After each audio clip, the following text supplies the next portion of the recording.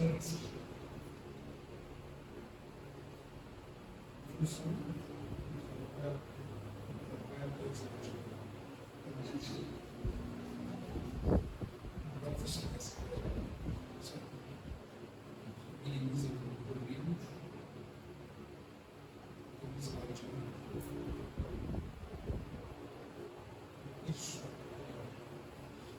Bom, meus irmãos, nós começamos semana passada então a estudar a carta aos Romanos. Como eu disse, nós não estudaremos ela toda, tá? Isso ficará para uma pregação, porque essa carta aos Romanos, como nós já temos uma pequena introdução na semana retrasada, ela é uma carta extremamente teológica e de muita importância para a igreja de todos os tempos. Haja vista, né, Agostinho de Hipona, passando por Lutero, Calvino e os demais estudiosos ao longo dos séculos, tiveram um olhar especial para esta carta. Foi escrito inúmeros comentários sobre a carta aos Romanos. Lutero chegou a dizer que se na Bíblia tivesse somente os evangelhos, Romanos já seria suficiente para a salvação das pessoas. Se tivesse somente os 4 evangelhos e a carta aos Romanos, já seria suficiente para uma pessoa se converter e ser salva pelo Senhor Jesus. De tamanha a riqueza teológica que essa carta aos Romanos tem. Então, eu vou pincelar alguns assuntos nessa carta, para que a gente possa, então, uma espécie de degustação e possa te incentivar, e possa te inspirar a buscar mais conhecimento nessa carta, fazendo devocional, buscando estudos sobre os temas aqui listados na carta aos Romanos. Vou apenas fazer uma recapitulação, que nós fizemos falamos na semana passada, somente para você entender a divisão que tem esta carta aos Romanos.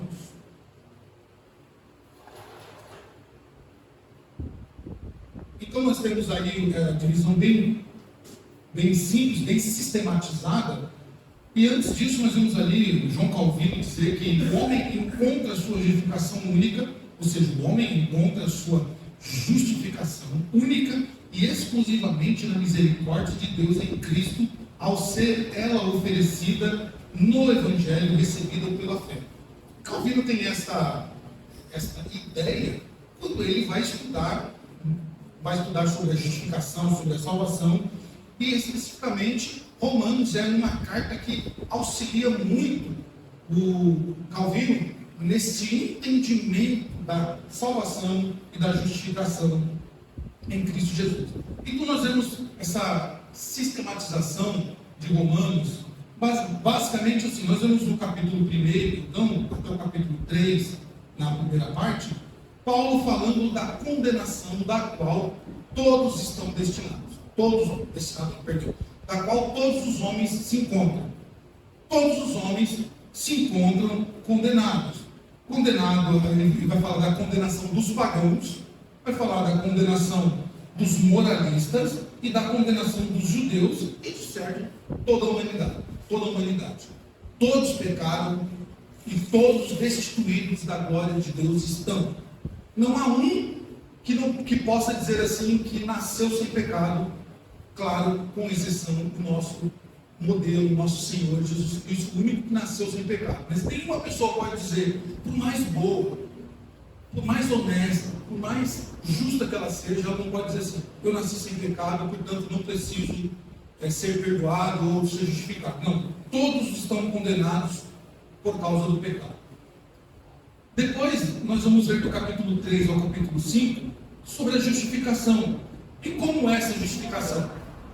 Conforme você já deve estar decorado atualmente, porque nós estamos estudando isso em Gálatas, aos domingos, a justificação ela vem pela fé, é pela fé que o homem é justificado, não existe outra maneira, nós não nos justificamos pelas nossas obras, por aquilo que nós venhamos a fazer, não há nada que o homem possa fazer que o torne justo, a não ser a justificação em Cristo pela fé.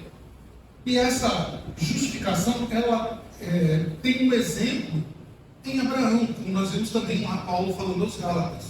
Abraão foi chamado de justo, mas por que Abraão foi justificado pela fé? Nós aprendemos isso em Gálatas, então Paulo vai aqui de novo, vai falar aqui aos irmãos de Roma, que a exemplo de Abraão, que foi justificado pela fé, nós também somos justificados pela fé.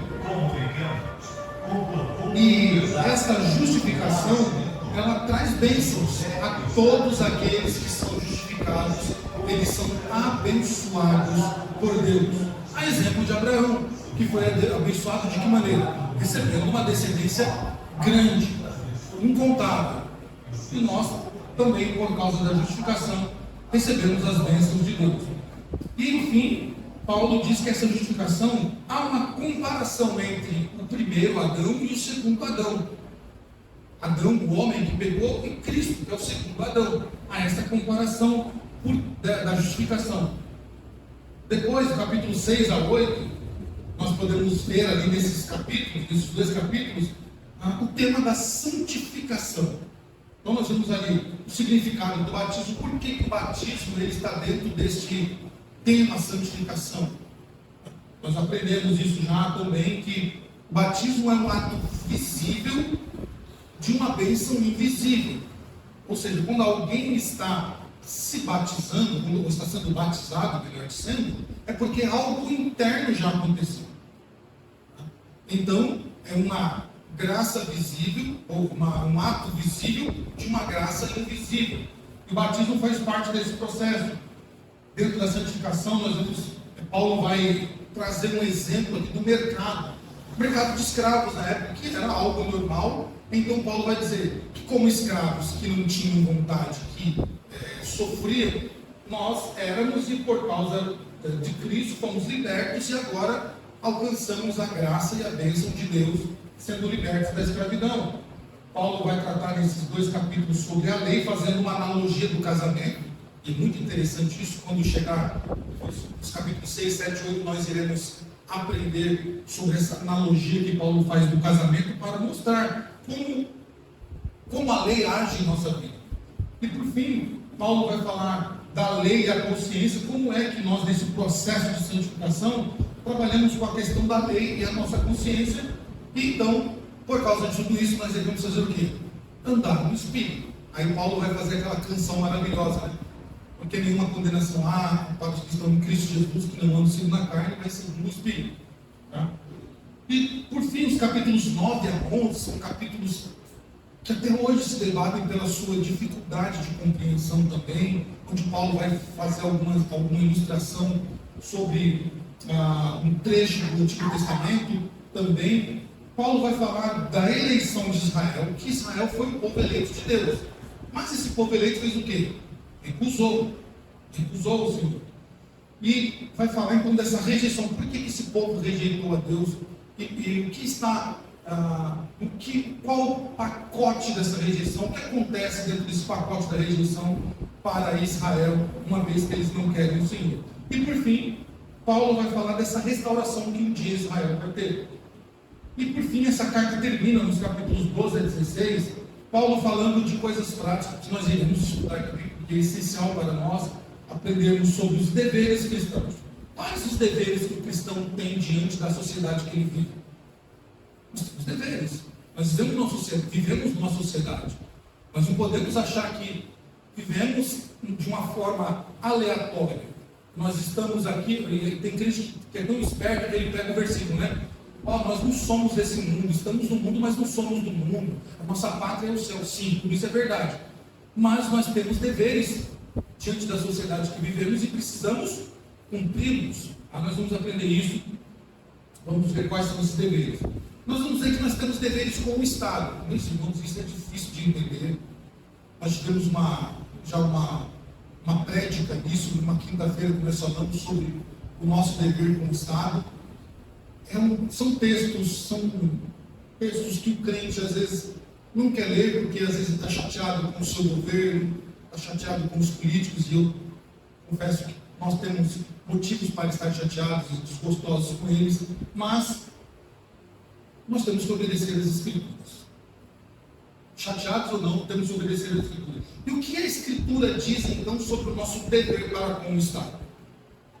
Ela coloca limite em nós, mas também coloca limite no Estado. E nós vamos aprender isso te convido a não perder esse estudo para que nós possamos aprender de fato o que essa carta nos ensina. Por fim, também, Paulo nos ensina nessa carta deveres com os irmãos mais fracos, que é algo que eu falei no domingo passado, que nós precisamos rever na nossa conduta. Quando eu falo nós, somos toda a igreja, não só nós aqui presentes, toda a igreja e aqueles que estão nos assistindo posteriormente. Uma das marcas do crente livre, uma das marcas que nós realmente somos livres em Cristo Jesus, que nós não vivemos mais na prisão do pecado e não vivemos mais debaixo de uma lei que determina o que nós devemos fazer. Uma das marcas é o serviço, é o servir o meu irmão. E Paulo vai nos ajudar a entender isso, falando que nós devemos tolerar os mais fracos. Esta fala de Paulo, ela vai contra ao pensamento do mundo de hoje. Porque hoje o que as pessoas querem? Elas querem ter razão em tudo, e elas querem que a vontade e a razão delas prevaleça acima de todas as coisas. Ninguém mais está disposto a abrir mão dos seus direitos em prol do outro que é mais fraco. Visando o quê? Você não está querendo abrir mão, não é, eu vou me humilhar para aquela pessoa, vou me envergonhar, vou ser envergonhado. Não, você vai abrir mão dos seus direitos, que são teus, para ganhar aquele bom amor. É isso. É difícil. Eu confesso aos irmãos que são textos em que Paulo nos fala que é difícil para nós aplicarmos, mas de novo, são as escrituras que nós devemos obedecer e não o nosso ego e não as nossas vontades, porque nós somos livres. E crente livre faz isso. E por fim, Paulo mostra isso tudo de que forma? Apresentando Cristo, mostrando o exemplo. E quando chegar nessa parte, nós vamos folhear toda a teologia paulina em Corinto, em Gálatas, em Efésios, em Tessalônica, escrevendo a Timóteo, o que Paulo fala dos deveres do crente, mostrando a pessoa de Cristo como um objeto, como um modelo de estudo, um modelo a ser seguido. Nós vamos ter bastante estudos aí, pelo menos 3 estudos, para a gente poder aprender um pouquinho dessa carta. Capítulo 1, então, de Romanos, meus irmãos, como eu disse na semana retrasada, chamam de versículo áureo o versículo 16 e 17 do primeiro capítulo, onde Paulo vai dar uma ênfase na justificação, na justificação de Deus para o homem, onde Paulo vai dizer assim: por que não me envergonho do Evangelho? Porque é o poder de Deus para a salvação de todo aquele que crê, primeiro do judeu, também do grego, visto que a justiça de Deus se revela no Evangelho de fé em fé, como está escrito: o justo viverá pela fé. Então, nós vamos partir desses 2 versículos para entender todo o conteúdo do capítulo 1 que Paulo nos ensina aqui. Então, primeiro nós vamos olhar esse primeiro capítulo dessa forma, como um retrato do homem da cidade, de ontem e de hoje. Então, o capítulo 1, eu quero que você visualize como se fosse um retrato, um quadro, uma foto. E nessa foto você enxerga o homem da cidade anteriormente e posteriormente, ou seja, como nós que vivemos dentro de uma sociedade podemos ou venhamos a enxergar aquilo que Deus quer para nós, aplicando isso na nossa vida, nessa linha, né, que começou, e nós estamos apenas dentro de um tempo dessa linha, mas ainda não é o final. Pode ser, mas ainda não é o final. Então nós vamos olhar para trás, ver como que Romanos capítulo 1 foi aplicado e foi usado pelos nossos irmãos do passado, e agora chegou a minha vez de cumprir isso. O que eu faço? Então é isso que nós vamos fazer, olhando para a Epístola de Romanos. Versículos 1 a 7, acompanha comigo aí para a gente poder lendo bloco a bloco. Paulo inicia dizendo que ele é servo de Jesus Cristo, chamado para ser apóstolo, separado para o Evangelho de Deus, o qual foi por Deus outrora prometido por intermédio dos seus profetas nas Sagradas Escrituras, com respeito a seu filho, o qual, segundo a carne, veio da descendência de Davi, e foi designado Filho de Deus com poder, segundo o Espírito de Santidade, pela ressurreição dos mortos, a saber, Jesus Cristo nosso Senhor, por intermédio de quem viemos receber graça e apostolado por amor do seu nome, para a obediência por fé entre todos os gentios, de cujo número sois também vós, chamados para seres de Jesus Cristo. A todos os amados de Deus que estáis em Roma, chamados para seres santos, graça a vós outros e paz da parte de Deus, nosso Pai e nosso Senhor Jesus Cristo. Somente um parênteses aqui. Então, se você tiver uma dúvida, se você quiser acrescentar alguma coisa ou falar algo, é só levantar a mão que eu dou uma pausa e você pode estar, os irmãos podem estar também participando deste estudo. Então, Paulo aqui, meus irmãos, nesse primeiro bloco da carta aos Romanos, do capítulo 1, Paulo aqui ele escreve como um escravo. E eu quero que você sempre entenda isso quando nós lemos as Escrituras, principalmente o Novo Testamento, as cartas. Eles vivem dentro de um contexto de escravatura. Um contexto de escravatura era algo normal, era algo que a nossa sociedade hoje não entende, e por isso você certamente já ouviu ou vai ouvir de que a Bíblia defende a escravidão, de que a Bíblia propaga uma situação escravocrata, de que a Bíblia ela é um livro ultrapassado, porque ela não olha para os dias de hoje, para uma sociedade que tem horror, tem ânsias de vômito quando fala de escravidão, e é óbvio que nós compreendemos de fato que hoje, para os nossos dias, é inaceitável, e nenhuma igreja genuína, seja ela qual for o nome que tenha lá na sua placa de entrada, nenhuma igreja genuinamente bíblica defende a escravidão. Qualquer pessoa que disser isso está faltando com a verdade, ou está querendo se oportunizar para conquistar para trazer algum prejuízo à igreja, à identidade da igreja. Isso precisa ficar registrado. Eu vou repetir mais uma vez. Nenhuma igreja genuinamente bíblica defende nos dias de hoje a escravidão. Mas nós, por não termos problemas cognitivos, quando nós olhamos para a Escritura, assim como nós olhamos para os livros de história, nós entendemos que a escravidão existiu. E nós não podemos negar que a escravidão existiu. Ela existiu de fato. Então, se ela existiu, o que eu preciso fazer? Ler para poder entender por que nossos irmãos do passado, nas Escrituras, pós-Escrituras, e antes de nós, aqui do século 19, 20, por que eles então parece que defendiam a escravidão, ou até mais, possuíam escravos? Eu preciso compreender isso. Pode falar.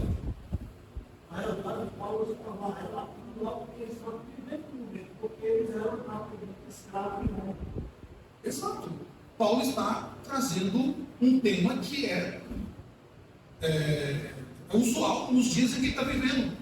Roma está sitiando a Jerusalém, a Israel, assim como outras nações. É Roma quem domina o mundo, né? É Roma quem domina o mundo, e isso é uma questão que já aconteceu com a Grécia, já aconteceu com a Síria, já aconteceu com a Síria, com a Babilônia e com o Egito lá atrás. Eles dominaram o mundo, escravizaram todos aqueles a quem eles dominaram. Não é diferente do que todo lugar onde alguém tem domínio e tira liberdade do povo, eles escravizam até o Sim, eu vou chegar lá nesse ponto que o senhor falou assim, porque há uma hipocrisia quando se fala das Escrituras e fecha-se os olhos para os dias de hoje, para o que acontece em muitos países que ainda têm a prática, não oficial, mas ainda possuem a prática da escravidão. Então, Paulo está escrevendo como um escravo, né, como um escravo de Jesus, para um povo que sabe o que ele vai falar. Paulo não está falando algo que o povo não sabe. É como parecer aquele papo de doido, né, que a gente fala assim de hoje. Alguém está falando uma coisa e a pessoa começa a falar uma outra situação que não tem nada a ver. Você fica assim, rapaz, você está tirando essa ideia de onde? De onde você está tirando isso? Não existe o que você está falando. Então, quando nós conversamos com pessoas e nós queremos trazer alguns exemplos, nós usamos exemplos que já aconteceram, de qual nós lemos, de qual nós vimos ou ouvimos.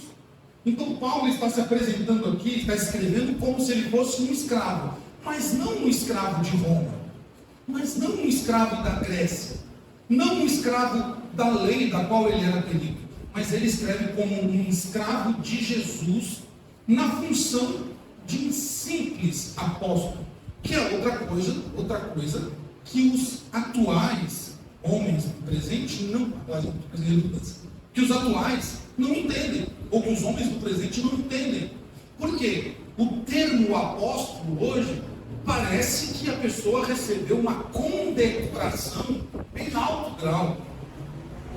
Quando a pessoa se denomina apóstolo, e um dia nós falaremos sobre isso ainda, mas quando você olha para aqueles que se denominam apóstolos nos dias de hoje, eles falam com uma pompa, falam com uma arrogância, falam com um ar de altivez, como se eles fossem o presidente da república, como se eles fossem representasse algum cargo de uma elevada posição. Paulo olha para o seu apostolado como algo simples de um escravo que vai cumprir. Por quê? Porque Paulo sabia que os romanos precisavam o quê? Ouvir o Evangelho. E Paulo, conhecendo o contexto do mundo romano, Paulo não vai chegar lá, eu sou aqui o apóstolo Paulo, escolhido por Deus, eu vi Jesus face a face, pude ter uma visão lá onde ele falou comigo, e ele me instruiu diretamente, porque eu fui 3 anos, eu recebi o evangelho dele, e eu sou alguém conhecedor da lei, sou um fariseu de nascença, sou uma pessoa versada na filosofia grega, sou alguém de muita inteligência. Paulo sabe que os irmãos de Roma precisam ouvir o evangelho. Então Paulo chega como? De forma humilde. Vocês sabem disso, eu sei que vocês sabem. Toda conversa, seja ela de família, seja ela de amigos, ou em posição de trabalho, ou mesmo na igreja, a conversa flui quando nós chegamos de forma humilde. Quando você entra num bate-papo, entra numa conversa, se você chega lá botando banca, o que as pessoas fazem? Igual lá na montanha, né? Saída pela esquerda. Não ficam. Porque a pessoa fala, esse cara já sabe tudo, essa pessoa é a dona da razão, para que vai discutir com ela? Mas quando a pessoa chega de forma simples, querendo ouvir, mesmo que ela já saiba, ela quer ouvir a opinião das pessoas, ela quer, porque ela tem o interesse de contribuir para o crescimento daquele assunto, ela é ouvida. Ela torna o ambiente mais agradável para a pessoa. Então Paulo sabe que há uma necessidade de que os irmãos em Roma, que as pessoas em Roma, ouçam o Evangelho. Paulo quer constituir algo grandioso ali em Roma. Paulo quer que a cidade de Roma tenha uma igreja genuína e que essa igreja seja alimentada pela palavra de Deus. Por isso Paulo se apresenta como um escravo de Jesus na função de um apóstolo. E por isso ele escreve para os discípulos que ali viviam. Então Paulo escreve para os discípulos que ali já estavam em Roma, porque antes de Paulo ir, Paulo escreveu, somente depois que ele foi a Roma, como nós já vimos, mas Paulo escreve isso a todos os amados de Deus que estáis em Roma, chamados para ser santos. Nós vamos falar um pouquinho disso depois, por que Paulo dá essa ênfase, chamados para ser santos, graças a vós outros. Então Paulo, ele escreve aqueles irmãos, né, aos seus discípulos que estão ali, ele está cuidando daquelas pessoas. Então Paulo nos ensina aqui algo muito interessante, olhando para a sociedade em que ele vive. Mas irmãos, da mesma maneira, ou usando como exemplo aqui Paulo, nós precisamos conhecer o nosso contexto, aonde Deus nos colocou. Precisamos conhecer a necessidade dessas pessoas. E se a nossa intenção é de fato levar o Evangelho, então nós precisamos ser simples, nos apresentar de forma simples, mostrando que nós somos servos. A palavra servo aqui, já disse para vocês no domingo, no grego ela é doulos. Doulos para nós traduzido é servo, mas a palavra na sua etimologia ali é escravo. Nós não usamos escravo porque para nós, que tivemos uma das escravidões mais duras da história do mundo, né? É uma palavra forte que agride as pessoas, mas servo não. Servo de servir, de andar com alguém. E Paulo se coloca então como um escravo, como um doulos, um escravo para servir aqueles irmãos que são necessitados da palavra. Nós precisamos aplicar isso. Segundo bloco, aí do 8 ao 10, olha o que Paulo diz. Primeiramente, dou graças ao meu Deus, mediante Jesus Cristo, no tocante a todos vós, porque em todo o mundo é proclamada a vossa fé, porque Deus, a quem sirvo em meu espírito ao Evangelho de seu Filho Jesus, ao Evangelho de seu Filho, é minha testemunha de como incessantemente faço menção de vós em todas as minhas orações, suplicando que, em algum tempo, pela vontade de Deus, se me ofereça boa ocasião de visitá-los. Então aqui Paulo, ele deseja visitar os irmãos em Roma. Tá? Pode-se chamar assim que Roma foi a primeira megalópole, ou seja, a primeira grande metrópole, né? A mega grande poliscidade, a grande cidade. Então Paulo desejava visitar Roma, que era a grande, uma das primeiras metrópoles em termos de quantidade de pessoas, de culturas, tudo que pode imaginar. Roma tinha esse destaque, e a história mostra isso mais do que outras grandes capitais, como Atenas, como Éfeso, outro lugar. Roma, na história, ela foi dada como a primeira megalópole, e o desejo de Paulo é visitar aqueles irmãos. Ele está escrevendo, mas o coração de Paulo, penso eu, está batendo mais forte. Está aquele desejo mais forte de estar com os irmãos, querer visitá-los, porque ele está escrevendo como um pastor que ama as suas ovelhas. Alguém que sabe que Roma é um lugar perigosíssimo. É um lugar onde estão homens cruéis, e nós falaremos isso daqui a uns 2 estudos, onde tem homens cruéis como Calígula. Se você nunca ouviu falar de Calígula, eu não vou pedir para você pesquisar, porque o homem é perverso demais. Mas vamos resumir um pouco da história dele. Um homem devasso, um homem perverso, um homem vil, um homem sem escrúpulos nenhum, um homem tomado por espíritos malignos de toda a devassidão que você conhece. Ele habitou em Roma e deu muito trabalho para os nossos primeiros irmãos. Inclusive, para você entender a gravidade de Calígula, quando lançaram o filme dele em São Paulo, o atual prefeito, o prefeito na época de São Paulo, Jânio Quadros, proibiu o filme de Calígula de ser produzido no cinema. Proibiu porque era algo escandaloso, mostrando tudo aquilo que Calígula de fato fez, a sua perversidade, a sua imoralidade, sabe, a sua devassidão. Então foi proibido, então circulou só aqueles buracos, né, que a gente chama lá de buracos negros. São cinemas que não são oficiais, são locais que não são oficializados, que eram escondidos. Então não se passou nos grandes cinemas por causa da gravidade do conteúdo que tinha. E Calígula era exatamente aquilo. Então Paulo sabe do perigo que esses irmãos estão correndo. Paulo sabe o que é Roma. Paulo sabe das pessoas, quais pessoas lideram Roma e o que elas podem trazer de prejuízo à fé desses irmãos. Então, Paulo tem esse desejo, né, de visitar Roma, essa grande metrópole, onde nós tínhamos ali pessoas. Podemos dizer assim que Roma, vou tentar aqui exemplificar, ainda assim não vou conseguir chegar no que era Roma, mas veja Roma como se fosse a cidade de São Paulo. Na cidade de São Paulo, que é uma grande metrópole, você tem lá japonês, você tem lá italiano, você tem lá português, indiano, boliviano, haitiano, mineiro, tem, é claro que tem. Você tem gente de tudo que é tipo do mundo, do lado do mundo. Praticamente em São Paulo você acha todas as pessoas do mundo. Se você for para alguns lugares, por exemplo, como a Liberdade, você vai achar que você está no Japão ou na China, porque toda a ornamentação, comida, as ruas são todas elas remetem às cidades mesmo do Oriente. Você vê lá pessoas vestidas de japonês, chinês, coreano, Quando você vai para o outro lado da zona oeste de São Paulo, você vai para alguns lugares que você tem a impressão que você está em Dortmund, ou que você está em Munique, que são Alemanha. São lugares que eles se vestem a caráter, a comida é a mesma, o chopp lá, a cerveja que eles bebem, come de monte, linguiça. Então, você tem a impressão que você está na Alemanha. Se você for para alguns outros lugares, a Moca, por exemplo, uma dica aí para quem vai para São Paulo, hein? A Moca, por exemplo, você vai achar que você está em Portugal ou Itália. Porque ali você respira, principalmente a Itália. Então eles falam até mesmo, o jeito do cidadão da Moca falar, é como se fosse um italiano falando, né?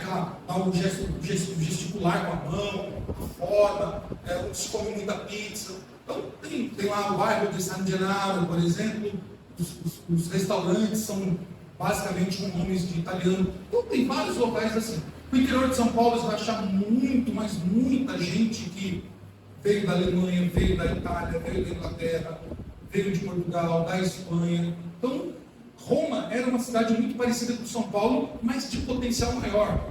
Porque lá você tinha, é chamado inclusive de a miniatura do mundo, você tinha lá pessoas de todas as nações e línguas, era uma cidade muito rica e exuberante, né? Porém, contudo, todavia, assim como São Paulo, Roma era uma cidade muito bagunçada, né? Bagunçada no sentido assim, de sujeira, aquela porcaria não existe, né? Sujeira, agora me fugiu o verbo. É uma sujeira imensa nas ruas, casas assim meio envelhecidas, e também muito perigosa, porque eles tinham os becos, que eram muito sujos, onde habitavam muitos bandidos. Era chamado de vadios, né? Para nós hoje essa palavra é pejorativa, mas eram os vadios da época que tinham ali em Roma. Então, era uma cidade muito perigosa, Paulo sabia.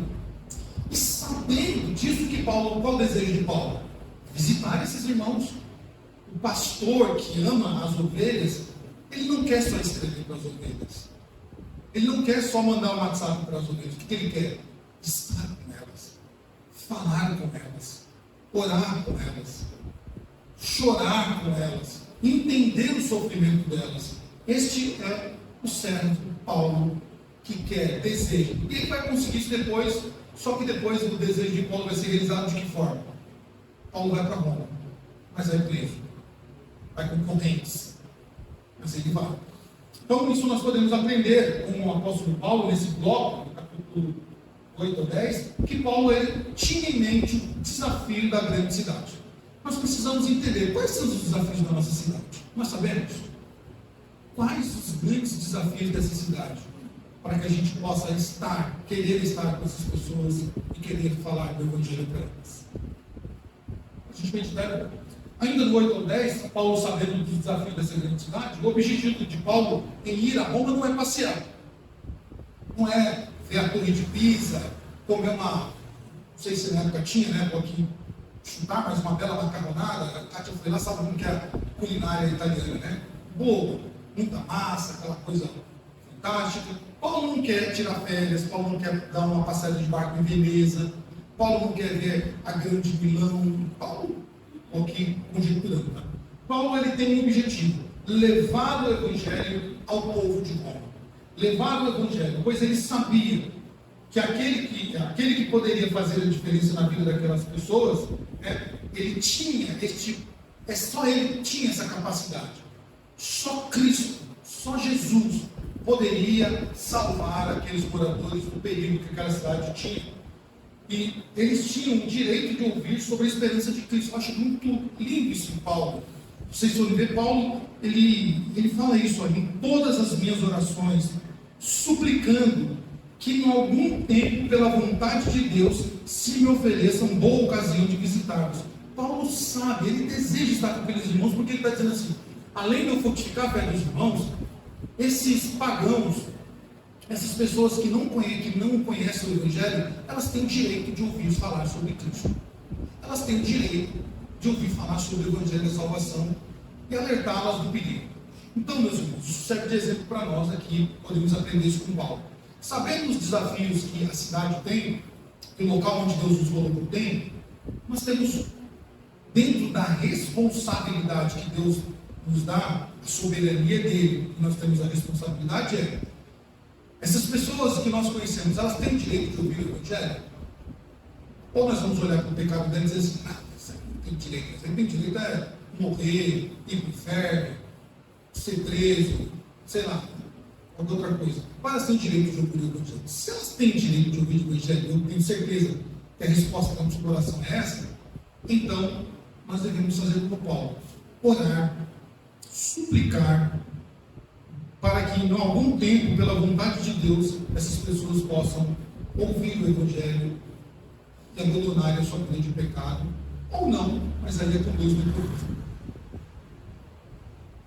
Ainda, olhando para o grande desafio da cidade, então, esses desenhos tentam retratar um pouquinho do que era a grande Roma, tá? Eram basicamente locais assim, onde tinha muita prostituição, onde tinha muita pobreza, muita miséria, tá? E eram locais que onde os irmãos frequentavam e tinham que lidar com esse tipo de situação.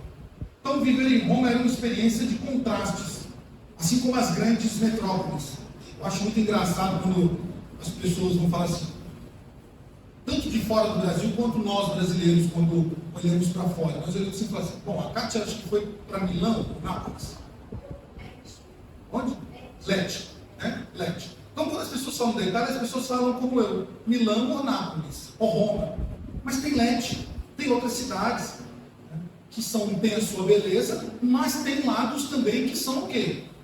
De muita pobreza, que a vista não é boa. Né? Como o Brasil, as pessoas que vêm fora do Brasil falam assim, vocês brasileiros não sabem a beleza que a terra de vocês tem. Eu falei, vai na favela do Paco Redondo. Vai lá na favela da Rocinha, no Rio de Janeiro. Vai lá na Heliópolis. Vai ver como que é bonito que só lá. Vai lá no fim do extremo sul de São Paulo, do extremo leste, para ver como que é lindo demais a visão. Bom, quando eu abro a janela, eu dou glória a Deus aqui. Eu vejo o mato, vejo aquelas montanhas, vejo o riozinho correndo ali perto da Casa Geraldo ali. Lá em São Paulo, quando eu abria, era um favelão assim imenso, à frente da janela, assim, com uma visão assim feia. Feia, eu estou falando de visão, estou falando das pessoas, a visão.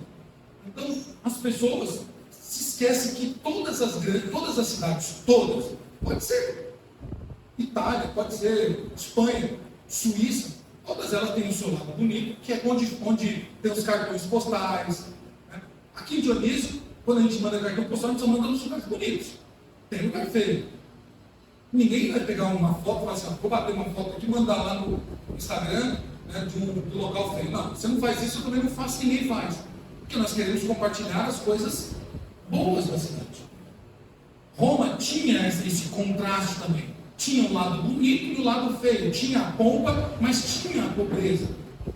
E esse contraste ele se resumia à cidade, que era uma cidade pobre, né, que era repleta de pessoas sujas e mal vestidas, com casas pequeniníssimas. Então, quando você ouvir falar, a igreja que está na casa de Chloe, não pense que é uma casa como a minha, como a sua. É uma casa pequeniníssima. É um cubículo, como nós chamamos aqui. Eram casas pequenas. As pessoas eram pobres. Né? Tinham muitos mendigos, muitas crianças dormindo na rua ao relento, né? Ou na sujeira mesmo. Ou algumas crianças, algumas pessoas que não tinham para onde ir mesmo, eles dormiam inclusive perto das latrinas. Se você não sabe o que é uma latrina, banheiro público. Elas dormiam perto das latrinas, que era o banheiro público, o banheiro da roça, abre um buraco, e as pessoas fazendo suas fezes lá, as pessoas dormiam ali perto. Não tinha para onde ir. Então, não tem esse. Paulo sabia do contexto social que esses irmãos viviam, por isso a oração do pastor Paulo é súplicas e orações para que Deus, em algum tempo, salve essas pessoas, porque Paulo já disse, né? Ele não se envergonha do Evangelho, porque o Evangelho é poder de Deus para salvar judeus, gentios e todas as pessoas. Ainda dentro do grande desafio, a parte pobre tinha essa questão, a parte rica, então nós vimos prédios modernos, a sua maior parte feita de mármore, né, com pedras preciosas, eram endereços de instituições públicas, onde tinha o Senado, Quando você assiste filme, até nos filmes de Jesus, se você reparar, quando vai mostrar Roma, não Jerusalém, mas Roma, eles mostram o Senado, mostram os locais onde os imperadores ficavam, mostram somente os prédios públicos que eram bonitos, eram pomposos, realmente revestidos de mármore, de pedras preciosas, e ficavam sempre nessas regiões nobres. E nessas regiões viviam quem? As famílias ricas, né? E seus escravos. Não sei, você deve saber disso, claro, os irmãos devem saber, todas as grandes cidades, pegando aqui as capitais, Belo Horizonte, São Paulo, Rio de Janeiro, Florianópolis, aqui no Nordeste também, Maceió, João Pessoa, todas essas grandes cidades, quando a população foi crescendo demais, o que foi se fazer? Foi se empurrando as pessoas mais pobres e de menos poder aquisitivo, de menos influência com as autoridades, vão jogando elas para o quê? Para as periferias. O que é periferia? Periferia é o que está ao redor do grande centro. Então você tem aqui no grande centro, as pessoas não podiam morar perto desse grande centro, por quê? Era caro o custo de vida, o que foram fazendo? Empurrando para outros lugares que depois iam receber nomes de Dionísio, Capão Redondo, Favela da Rocinha, né? Ou então Jardim Brasil, lá para o lado do Nordeste. Então, as pessoas foram empurradas para lá. Roma tinha feito isso na época. As grandes famílias centralizadas no próximo do Senado, onde estava o imperador, e os mais pobres para a região mais sombria. Ele é conhecido como favela branca. Nós fazemos um conjunto de casas populares, distantes de tudo e de todos. Que é horrível, pessoal. Que é horrível. Distantes de tudo e de todos. O formato de longe já sabe, para identificar que de longe ali são pessoas que são sustentadas pelo governo, são pessoas sem renda. De longe é para a gente ver isso. Isso não começou ontem, não tem um político da nossa época que é ocupado disso. Isso já é bem histórico, acontece de forma histórica. Então Paulo sabia disso, que tinha esse contraste em Roma. Então, sabendo esse contraste, né, o texto vai nos mostrar que a extensão da nossa fé em Cristo é alcançar o quê? O mundo. É alcançar o mundo. E o dever de interceder pelos que anunciam o Evangelho nas cidades e participar de uma visita ao campo para evangelizá-los e promover a palavra de Deus. Então, quando nós sabemos que nós vivemos dentro de uma sociedade que tem contrastes, mesmo uma cidade pequena de 4, 5 mil habitantes como a nossa, sabemos que tem contraste aqui. Nós temos pessoas que têm um bom nível de vida e temos pessoas dentro da nossa cidade que têm um nível de vida mais baixo. Algumas talvez nem em casa tenham. E nós precisamos entender que este é o desafio que o Senhor Deus nos colocou. E dentro de nós não está pregar o Evangelho só para as pessoas as pessoas que têm mais um poder aquisitivo melhor. Mas nós temos que pregar para todos, como sendo objetos do amor de Deus, e por elas temos que interceder e temos que dobrar os nossos joelhos para que o Evangelho nos alcance. Bom, ainda Paulo vai continuar então no terceiro bloco aqui, versículo 11 a 15. Olha o que Paulo diz. Por isso, quanto está em mim, estou pronto a anunciar o Evangelho também a vós outros em Roma. Esse é o versículo 15. Mas olha o que ele diz no 11. Porque muito desejo ver-vos, a fim de repartir convosco algum dom espiritual, para que sejais confirmados. Isto é, para que em vossa companhia, reciprocamente, nos confortemos por intermédio da fé mútua vossa e minha. Porque não quero, irmãos, que ignoreis que muitas vezes me propus ter convosco no que tenho sido até agora impedido para conseguir igualmente entre vós algum fruto, como também entre outros gentios. Pois sou devedor tanto a gregos quanto a bárbaros, tanto a sábios como a ignorantes. Por isso, quanto está em mim, estou pronto a anunciar o Evangelho também a vós outros em Roma. Paulo tem desejo de ir a Roma. Paulo, ele entende que a pregação é necessária, que a pregação se faz necessária para que, como ele diz, possa haver um compartilhar da fé entre Paulo, o pastor, e os irmãos, as ovelhas. Então Paulo entende isso. E E é interessante que mesmo com tantos impedimentos, e é curioso na vida de Paulo isso, né?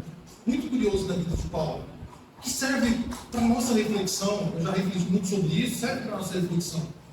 Paulo, não só em Roma, mas outras vezes Paulo foi impedido de ir aonde ele queria. Não é bem interessante? Nós até falamos isso aqui quando nós estudamos Jonas. Jonas queria ir para uma outra cidade, né? Deus mandou ele para Nínive, mas ele foi para Jope, ou Tarsis. E o desejo dele foi atendido? Não, você vai para onde eu quero. Você não vai para onde você quer. Paulo, ele quer ir para Roma. Claro que Deus quer que o evangelho seja pregado em Roma. Mas Deus está assim, calma, Paulo, não é o tempo. Paulo quer ir para Macedônia. Calma, Paulo, não é o tempo. Paulo quer ir em algumas igrejas. Deus fala, não precisa. Você não vai. Pode mandar os Silas, Barnabé, Timóteo, mas tem algo maior para você. Isso serve para nós, nos ajuda a entender que mesmo com tantos impedimentos, Paulo não desiste de sua viagem missionária. Ele confessa seu desejo de compartilhar a fé, essa fé mútua, e sua prontidão para tal. Mesmo com tantos impedimentos, o que Paulo faz? Paulo diz, estou pronto. Isso deve nos fazer refletir. Nosso desejo de fazer algo para o Senhor não deve nos impedir de estar prontos. Falo muito isso com jovens, não aqui, tá? Sempre falei com jovens qual o seu desejo que você tem de ser Deus? No que você tem desejo? Eu queria muito ser um pregador. Você está estudando a Bíblia? Eu quero muito ser uma presidente sábio. Você está estudando, está acompanhando? Eu quero muito tocar um instrumento. Já se matriculou? Quero muito. Já fez a sua parte? Paulo quer muito ir a Roma. O que ele está fazendo? Você está pronto para ir. No momento que Deus falar, vai, ele vai. Claro que ele não sabe que ele vai algemado, mas ele vai. E vai pregar. E vai quase convencer o imperador lá, o chefe.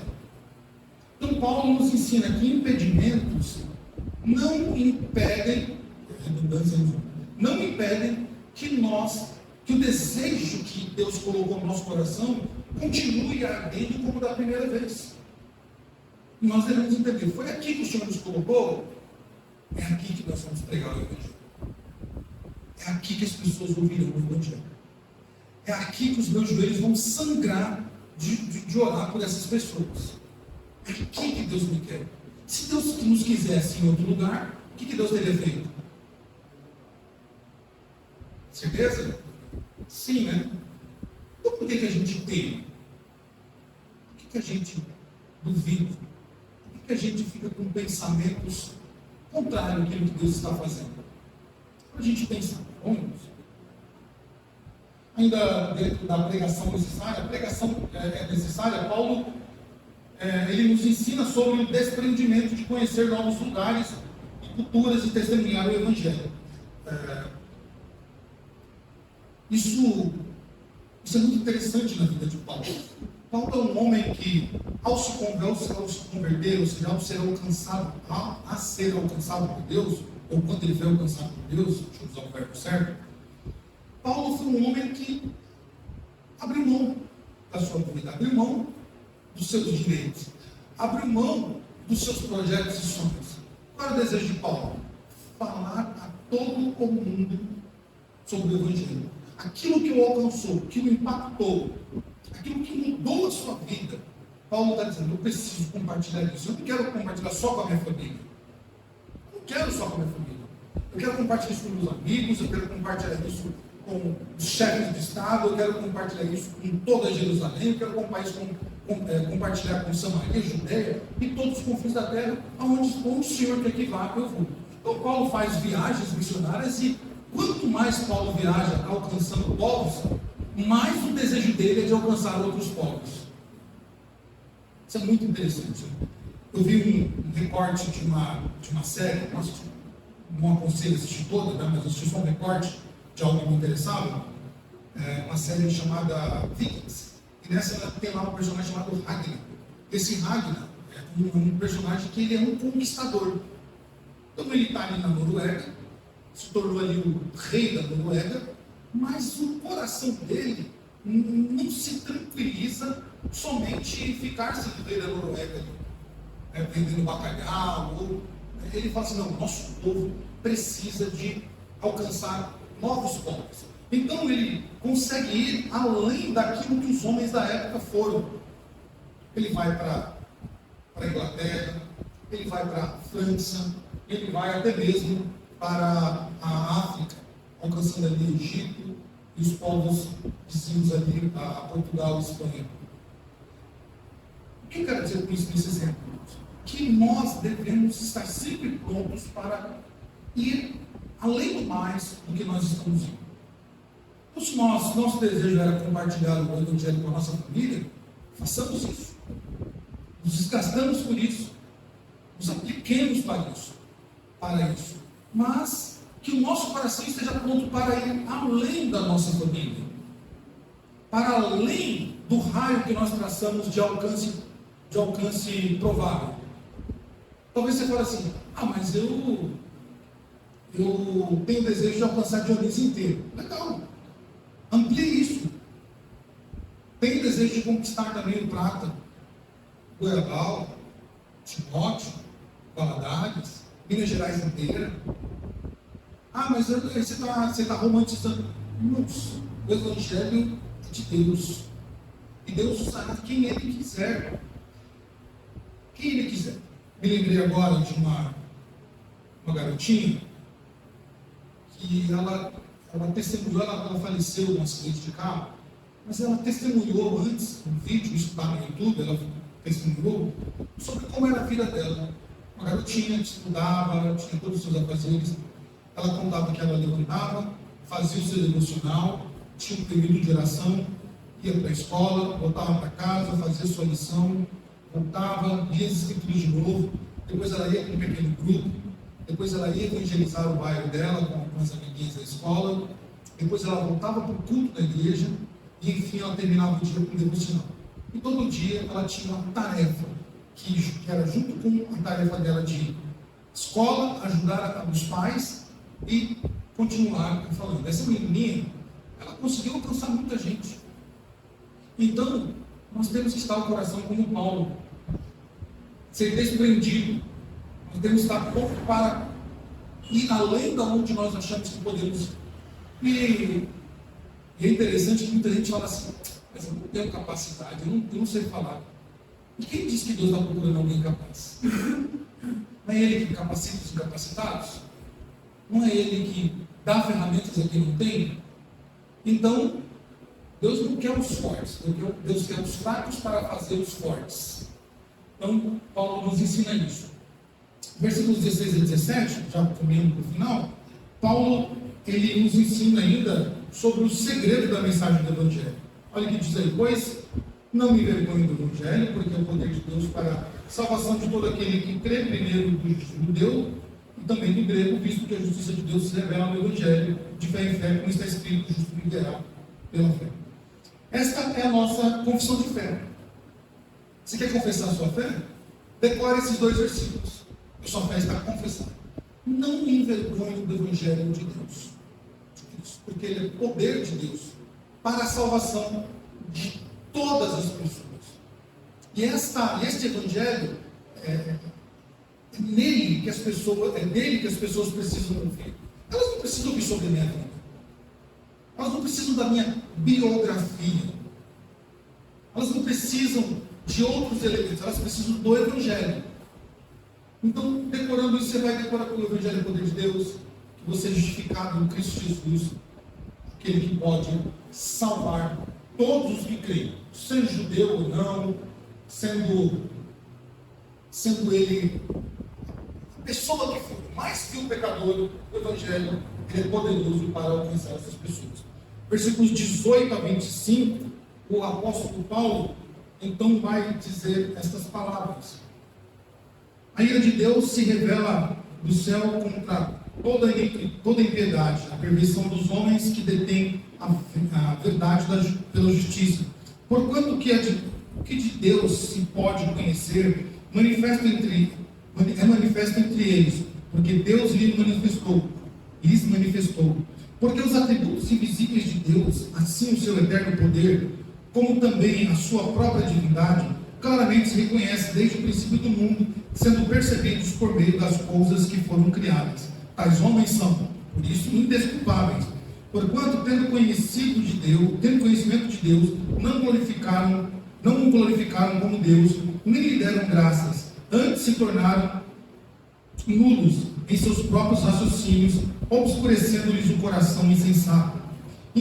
Inculcando-se por sábios, tornaram-se loucos, e mudaram a glória de Deus incorruptível em semelhança da imagem de homem corruptível, bem como de aves, quadrúpedes e répteis. Por isso, Deus entregou tais homens à imundícia, pelas concupiscências de seu próprio coração, para desonrarem o seu corpo entre si. Pois eles mudaram a verdade de Deus em mentira, adorando e servindo a criatura em lugar do Criador, o qual é bendito eternamente. Amém. A cidade de Roma, ela gerou uma cultura de distanciamento de Deus. Está lembrado de alguma coisa? Nós estudamos sobre isso algumas quintas-feiras. Né? Distanciamento de Deus que essa sociedade que nós vivemos está praticando. Quando elas abandonam a Deus, quando elas vivem como se Deus não existisse, como elas invertem os valores, desprezam os valores divinos e propagam os seus valores. Essa semana eu estava vendo algumas matérias das faculdades do Brasil. Meus irmãos, é um horror. Se eu tivesse um filho, eu estaria com menos cabelo na cabeça que eu já tenho. Porque as universidades estão tomadas de devassidão. Está um horror as faculdades. Tamanha a promiscuidade, tamanha a imoralidade em que se vive. Por quê? Aquilo que Roma vivenciou na época do apóstolo Paulo está se repetindo nos dias de hoje. Esse distanciamento de Deus. A natureza revela a glória de Deus, como o Salmo diz. Lá o Salmo 18. Isso. A natureza revela a glória de Deus. Ou seja, o homem é indesculpável de que ele não conhece a Deus, porque todos os dias a natureza está fazendo o quê? Pregando. Pregando todos os dias o sol, a lua, as estrelas, a fauna, a flora, estão pregando o evangelho para essas pessoas, e eles então estão fazendo o quê? Se distanciando de Deus, negando a Deus. Mesmo sendo uma cidade muito povoada e tumultuada, com tanta gente, com o contraste que há, Roma nunca teve essa sua baixa estima. Roma sempre foi pomposa. Até os dias de hoje, Roma é uma cidade pomposa, como Paris, como outras capitais. Mas Roma tem essa autoestima até elevada. Paulo denuncia como a glória de Deus foi substituída pela glória do homem, por meio da idolatria e da imoralidade sexual pagã. Então o que Roma fez? Como Roma era uma cidade pomposa, era uma cidade que sobressaía-se a todas, não à toa, que o mundo antigo é chamado de o Império Romano. Roma não recebe o nome por causa de uma cidade como São Paulo, Belo Horizonte, Rio de Janeiro, Porto Alegre, Madrid, Lisboa. Não, Roma, ela sabe, quem mora em Roma sabe, o mundo somos nós. O Império Romano, ele dominava todo o mundo antigo. Então Roma tinha esta pomposidade, por isso que Paulo diz, eles trocaram a glória de Deus pela glória do homem. Por que Paulo diz isso? Como é que César é chamado? César recebe o mesmo título de Jesus Cristo, Kyrios. Essa palavra grega, Kyrios, significa Senhor. Por isso que quando os judeus levam Jesus até Pilatos, eles dizem, olha, está dizendo que ele é o Senhor. E nós só temos um Kyrios. E o nosso Kyrios é César. Os próprios sacerdotes, diante de Pilatos, eles dizem, nós só temos um Kyrios. Somente um Senhor, que é César. Esse Jesus está dizendo que ele é Senhor. Esse título não pode ser usado por ele. Então Roma tem essa pomposidade, seus imperadores são fortes, o seu exército é o melhor que tem, é uma cidade rica, uma cidade vistosa, as suas construções são históricas. Então Paulo denuncia isso, e por causa dessa alta estima que Roma tem, ela propagou a idolatria e a imoralidade sexual das maneiras mais perversas que vocês podem imaginar. Eu não vou pedir para vocês estudarem, logicamente, Mas se alguém um dia viu ou for tentar ver, veja de forma resumida, o que se praticava em Roma. O mais baixo possível que você possa imaginar que o ser humano chegou, Roma chegou. O mais baixo possível que o ser humano pode chegar. Roma chegou e hoje nós estamos vivenciando um pouquinho do que Roma era. Do que Roma vivia na parte da idolatria. Na penúltima parte, então, na última parte, melhor dizendo, do texto, Paulo apontando para este pecado que Roma está vivendo, esta idolatria, perversidade sexual, Paulo diz essas palavras quando ele fala dos gentios como reprovados diante de Deus por causa da idolatria e da imoralidade.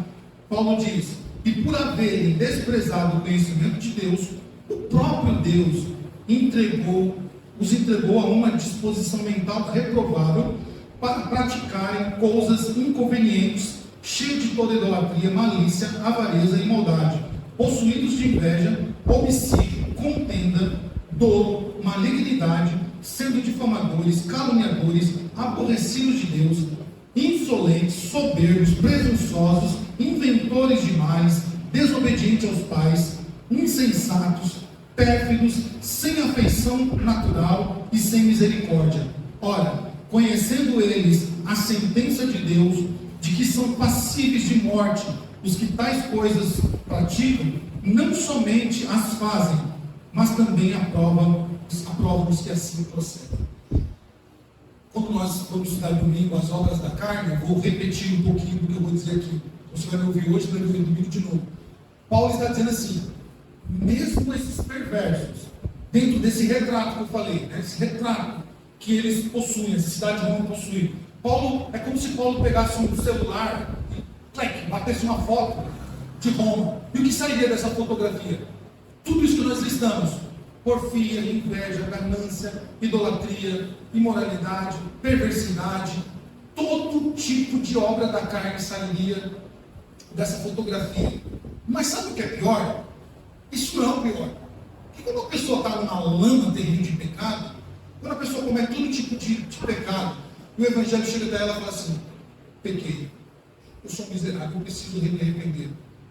Esse não é o problema do pecado. O problema é que elas, mesmo sabendo que as coisas que elas praticavam eram desprezíveis diante de Deus, e por causa dessas atitudes elas eram sentenciadas, condenadas, e a morte aqui é morte espiritual, o que elas faziam?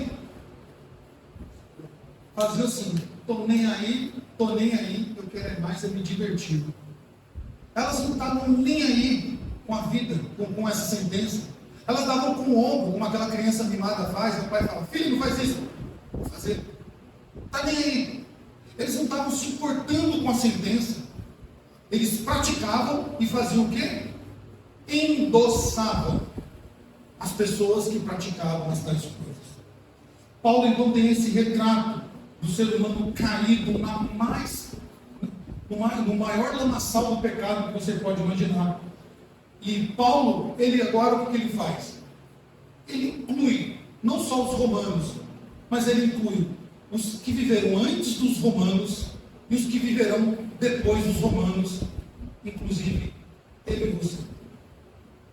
Paulo inclui todos nós e diz assim: todo aquele que peca, sabendo que esse pecado é condenado diante de Deus, e ele continua pecando, dá com os ombros, canta, não estou nem aí, e ainda incentiva aqueles, ou endossa aqueles que praticam o pecado e os incentivam, eles são réus de juízo. Eles são desprezíveis diante de Deus, e por isso Deus entregou eles aos seus sentimentos mais perversos. Então, essa é a imagem do homem que busca conhecer a Deus do seu modo. Bem-vindo ao ano de 2023. O homem querendo conhecer a Deus do seu modo. Eu disse isso um pouco domingo, vocês me ouviram. A internet está cheia. Essas caixinhas dos pastores que querem levar as pessoas para o inferno, elas dizem: não tem problema sexo a três, não tem problema dormir com a menina sem casar, não tem problema você trocar de parceiros todos os dias, não tem problema você trocar nudes, não tem problema isso, não tem problema aquilo. Não estou cheio na internet, eu não preciso falar isso, você sabe disso, está cheio.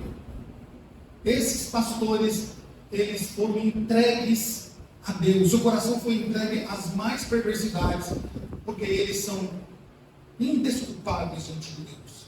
Eles sabem que isso é pecado e que isso é passível de condenação, mas eles não só praticam, mas endossam e incentivam os outros a fazerem isso. Esse é o retrato do homem que quer conhecer a Deus ao seu modo, porque Deus é amor e Deus não vai condenar ninguém. A sociedade de hoje pintou um Deus que ela deseja que seja. Por isso Paulo, então, ele fala sobre a degradação humana nessa cidade de Roma, aplicando ele para todos os tempos. E essa é a primeira impressão que Paulo tem, o que para nós parece que Paulo está exagerando. Para nós que não estamos naquela sociedade, ao olhar para essa impressão que Paulo tem da cidade, na verdade é uma certeza que Paulo tem, a impressão que passa, será que Paulo não exagerou? Não? Será que Roma era tão má assim? Se você for estudar autores da época, por exemplo, Flávio Joséfos, é um historiador da época, que escreveu o livro História dos Judeus e outros livros. Se você for estudar filósofos da época, os pais da igreja, você vai ver que Paulo não exagerou, Paulo pegou leve. Por quê? Porque o homem sempre foi assim. Antes de Paulo, nós tivemos o quê? Sodoma e Gomorra, que era uma cidade também o quê? Perversa. Veio Roma, e agora nós temos a nossa geração, que comete todo tipo de torpeza também. Então, o mesmo espírito de Paulo deve nos impulsionar para a nossa cidade e ver o ser humano como alguém carente de Deus, porque ele está entregue a esses pecados. E somente o Evangelho vai poder libertar essas pessoas. Somente o Evangelho tem poder para libertar essas pessoas. Finalizando então o nosso estudo dessa noite, irmãos, se tiver alguma pergunta, algum adendo, algum acréscimo, podem falar, tá? Este capítulo primeiro termina falando das pessoas que conheceram bem os decretos divinos, mas confrontaram as leis da vida humana, desobedecendo e aprovando os que praticam. Paulo termina essa carta dizendo assim: o ser humano sabe que ele está pecando contra Deus. Todos os seres humanos sabem que os seus pecados são uma afronta a Deus. Todos os seres humanos são indesculpáveis diante de Deus, porque eles praticam todo tipo de malícia, todo tipo de pecado, e eles dão com os ombros, fingem que não é com ele, e pintam um Deus, né? Um Deus como o período da Renascença bem desenhou, aquele Deus formado paizão, gordo, barbudo, cabelo branco, que é tão bonzinho, dá vontade de apertar as bochechas dele, dar um beijinho nele, de tão bonzinho que ele é. É um mimo aquele Deus que foi pintado na Renascença. É um mimo. É uma coisa assim, maravilhosa. Sabe aquele avô que as crianças sabem, essas crianças sabem, né? E nós, quando somos crianças, um dia nós já sabemos. Aquele avô, você vê de vez em quando, mas quando chega lá, você fala: que maravilha, é o meu avô. Você pula no colo, você beija, abraça. Porque ali você pode fazer tudo. O avô não vai te bater, o avô não vai te colocar de castigo, não vai tomar o seu celular, não vai fazer nada, porque esse avô ama muito você, então ele vai tolerar os seus erros. É esse o Deus que pintaram e que é o Deus que ainda permanece nos dias de hoje. Meus irmãos, Deus não é assim. Deus é bom, mas Deus é justo. Deus é amor, sim, mas Deus não abre mão da sua justiça de maneira alguma. A preocupação de Deus, prestem atenção no que eu vou dizer, a preocupação de Deus não é o nosso bem-estar, embora seja, mas a preocupação de Deus é com a sua glória. É a sua glória. É claro que dentro disso Deus se preocupa conosco. Por isso Ele proveu o que precisamos, por isso nos guarda, por isso nos protege, e por isso Ele enviou o seu Filho para nos salvar. Nos salvar de quem? De nós mesmos. Vocês perceberam que em momento algum Paulo citou o diabo aqui? Prestaram atenção, né? Em momento algum Paulo não citou o diabo. Por que Paulo não citou o diabo? Porque Paulo está dizendo que o culpado dos pecados cometidos são os próprios seres humanos. E nós não negamos a ação e a influência do diabo. Não negamos. Isso é matéria para uma outra ocasião.